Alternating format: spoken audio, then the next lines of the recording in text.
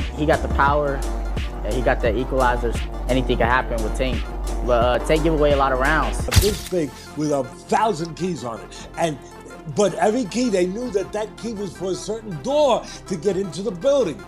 When he's moving around, I'm saying, he's the super with that big key ring, and he's looking for the right key to get in the door. A chess match.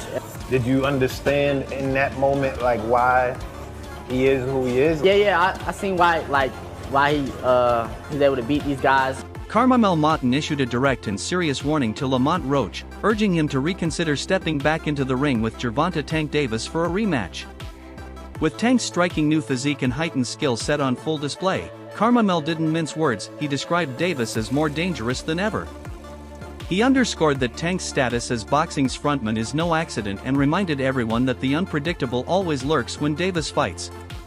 Curmel made it clear, challenging Tank again isn't just a fight, it's a major risk. You guys put the pressure, got some skills itself, and I feel like it's gonna be a great fight. I know I'm the better fighter, the more sharper fighter, and I know I'm working harder than him. So, we're gonna see. But I know that I have what it takes, and I'm gonna prove it. Recent footage of Gervonta Davis in training has sparked intense discussion in the boxing world. In just a short clip, Davis appears noticeably bulked up and sharper than ever, his movements quick, explosive, and focused. Each punch lands with frightening precision and intent. Analysts and fans alike are pointing out that this isn't just pre-fight conditioning, this is a fighter preparing to dominate. Tank's form sends one message loud and clear: this rematch is personal, and he's not leaving anything to chance.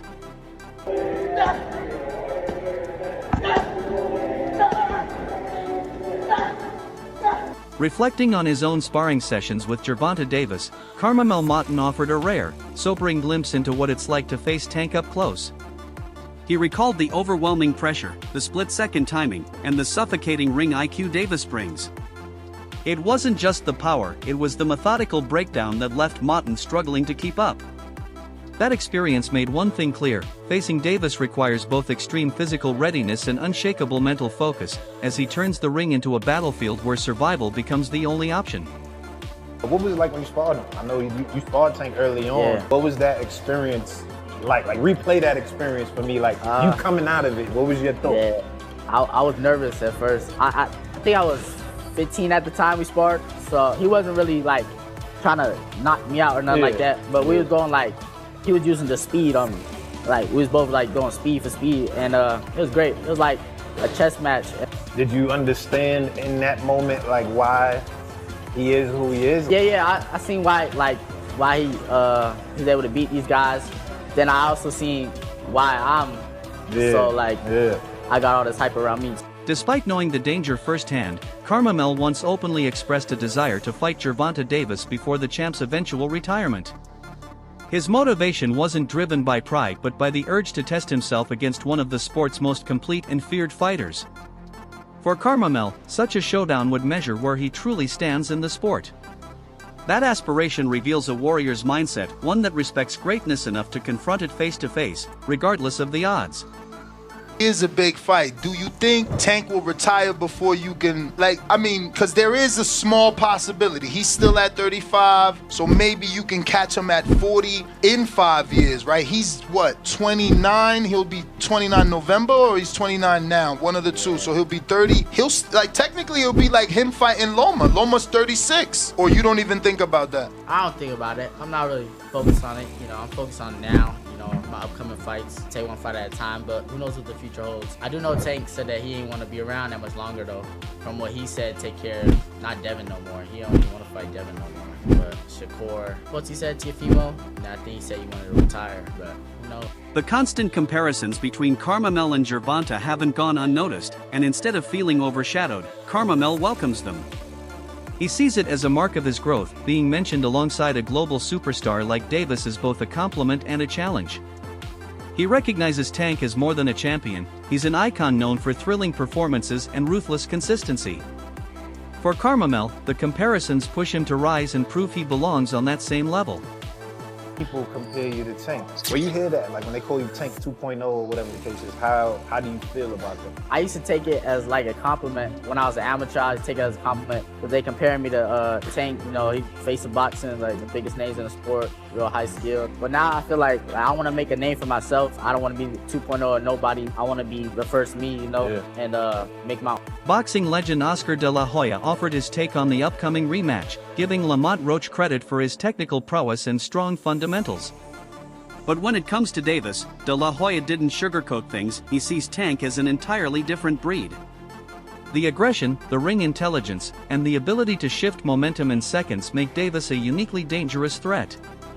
In De La Hoya's eyes, Roach is talented, but he's stepping into a storm unlike any he's faced before. I think Lamont Roach is a terrific fighter. He might be a little over his head with Gervonta Davis. Gervonta Davis is, I mean, to say the least, he's a beast. He really is. He's a tremendous fighter. He's a dedicated fighter when it comes to training and fighting and making sure that he's in optimal conditions when he steps inside that squared circle. It's going to be a tough night for Roach, but you can never count him out. You know, watching him fight up close and personal, he's sneaky good, which means he can catch you at any time. He can land combinations, sometimes at will, without you even knowing it. You know, he's that sneaky. So, yeah, it's going to be very interesting. But, you know, obviously Gervonta Davis has the experience. He has the knowledge. He has that mean streak in him that will take you out with any punch. Frank Martin gave an unfiltered assessment heading into the rematch. While acknowledging Lamont Roach's skill and discipline, Martin doesn't expect Roach to have an easy night. From his perspective, Davis's blend of power, pressure, and control will gradually wear Lamont down. Martin anticipates Tank applying relentless heat from the opening bell, pushing Roach into survival mode. He spoke from experience, knowing exactly how draining and punishing a fight against Gervonta can become. They're trying to give that fight more of a, like, oh, it's gonna be a good fight, but no, Roach is a decent fighter, but Tank gonna dog him. Tank gonna dog him. For sure. Steven Espinoza brought a broader lens to the conversation, highlighting how Davis's power and speed are most devastating at 135 pounds. While Tank has fought at 140, Espinoza believes lightweight is where he's truly dominant. He also touched on behind-the-scenes complexities that derailed massive matchups like Davis versus Shakur Stevenson, disputes buried in contractual red tape. Still, Espinoza remains confident in Davis's trajectory, calling him one of the most bankable and explosive stars in the sport. Yeah, for sure. Waking up in Texas and coming over here, I'm like, geez, that cold is different, huh? Yeah, absolutely. Steven, Tank versus Lamont Roach, right? March 1st, we're going to get this fight here in New York. There are a lot of questions of why Lamont Roach, right? Let's not discredit him. He's a great fighter, great chin, high IQ.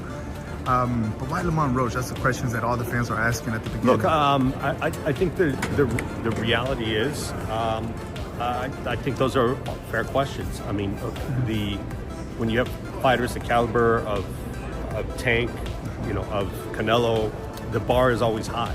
You know, when you continue to perform well against high-level opposition, you know, people expect a lot from you. You know, there were preliminary discussions about the Shakur fight, you know, early on, like back early, you know, for 2024 before this was scheduled.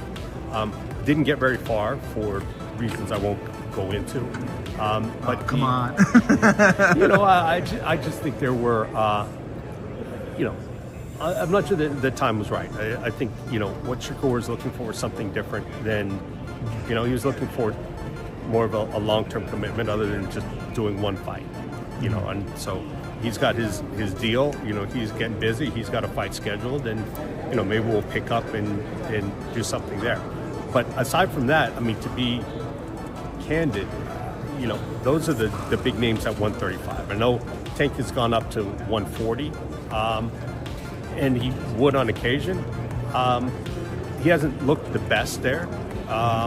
You know, overall, I think 135 is his best. Inside Gervonta's camp, training sessions look more like power showcases. One moment in particular sent shockwaves, a single punch that reportedly dropped a sparring partner, leaving veteran trainers stunned. It's par for the course with Davis, whose punching power in the gym mirrors his fight night brutality. His focus is razor sharp, and every session screams intent. This time, Tank isn't just preparing to win, he's preparing to send a violent message in the rematch. Once Tank felt one more power, you actually really think that one more takes power. I don't think anybody can take his power. You know he knocked out heavyweights? I was there. Tell me the story, what happened? Tank, what's the one boy name? No, don't say a name, I don't want to embarrass anyone. Oh, no, you're right. But tell people what happened. Man, I was about to spar. Before I was about to spar Tank, he was sparring this big boy. A heavyweight. Heavyweight boy. And Tank hit that nigga. He hit him so hard that he was on the top of the rope just like this. I'm like, I thought he died. Like, I ain't gonna lie to you. I thought he died. Tank, is that true? You almost killed a heavyweight in the ring? That's what he said. Should be happening. Because he asked me, how does a 135 pounder take your power? I said, I don't think anybody takes the power. Just not get in there with me. That's it. That's how they do it. Were you shocked when you saw that? Huh? Were you shocked? I was just like, man, he better not do that shit to me. And you know what else he told me? You punched him upstairs, he lost feeling in his leg. No, he did. You told me that, right? No, it happened.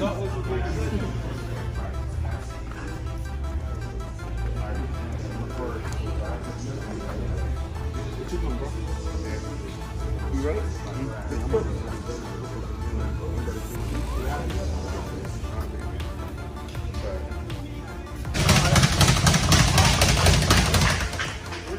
Want to see me? Yeah.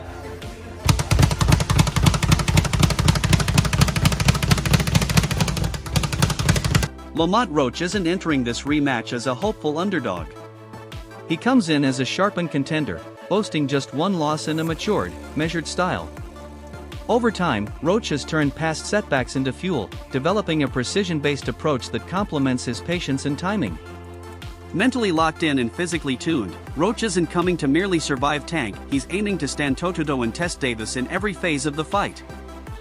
Tank out here selling under 150,000 pay-per-views, you kidding me? Oh man, Face of Boxing, yeah, turn that shit off. Yeah, we shutting that shit down. Every single time. Does Shakur really want to fight Tank? I think Shakur could sell a bit more with somebody else. Especially in Saudi, I feel like they can find him a dancing partner that'll do a little bit better than 150,000. Okay, I get it. This is why PBC delayed this fight for what, 5 months? Yeah, I ain't want to pay this motherfucker because y'all know he can't sell. I mean, this should have been evident. If you do the math, Tank has never been that great of a pay-per-view draw. He sold over 300K twice now in his career. He sold over 300K with Ryan Garcia, that's obvious, Ryan's the bigger star. And then he sold over 300 with Martin, he sold about 325. But when we put it in perspective, that Frank Martin fight was a comeback fight after a year layoff, so it was always going to sell. Every comeback fight's going to sell. It was one of the first pay-per-views on Amazon's new PBC deal, so they were really trying to push it. And then he had David Benavidez as the co-main event with Gary Russell and Alberto Puello under them. You take away all those factors that this wasn't a comeback fight. David Benavidez isn't the co-main event, and Amazon has now been in the game for over a year. It makes sense it only sold 150. I know there's gonna be a couple of you guys in the comments, no, it sold 500K. Don't be so gullible. They didn't sell 500K. I don't know if Tank's a top, well, I know for a fact he's not a top 5 draw in the sport of boxing anymore. Well, he's not selling pay-per-views. Bivol better be up just triple him.